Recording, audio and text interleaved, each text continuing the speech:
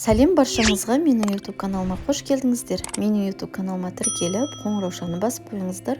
Сіздермен мен Айбаршын омлетный куриный рулеттің жасалу жолын көрсететін боламын. Ең алдымен сырымызды майда тверкадан өткізіп алдым. Осылайынан майда жағынан енді таразының көмегімен осылай өлшеп аламыз.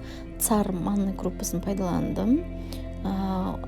Онда өлшеп аламыз. Толық рецептісінің астына жазып кететін боламын. Майонез қостым үстіне және 3 жұмыртқамызды қосып алдым.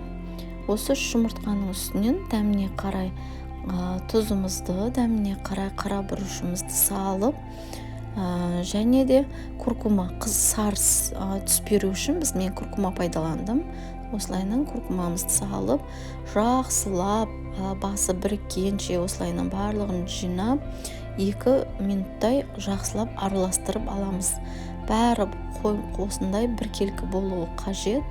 Сұйықтау болады. Осыны пергамент қағазымызға, осылай печкамызге, менде 30-30 сантиметр осыған жайып алдым қасығымызбен. 170 минутта 15-20 минут бойы пісіріп аламыз.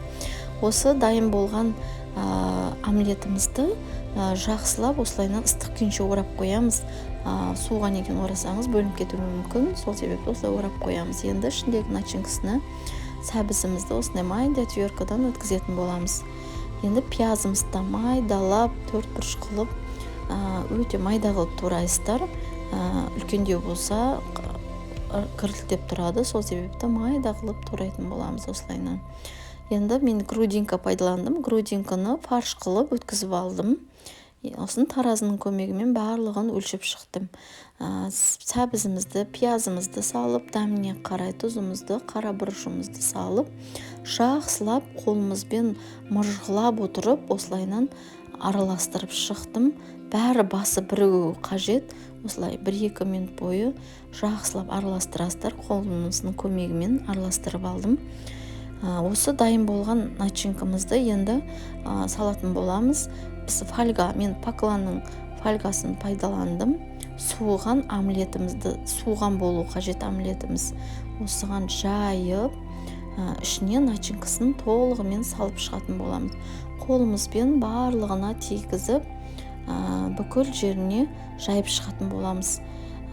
Бас жағына кішкене қалдырып кетеміз.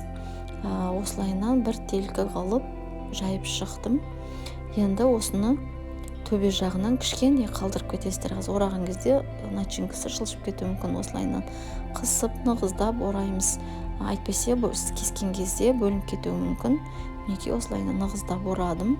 Фольгамызбен де нығыздап осылайынан екі жағын қатты бекітеміз. Айналдыра отырып 2 фольгаға орайтын боламыз.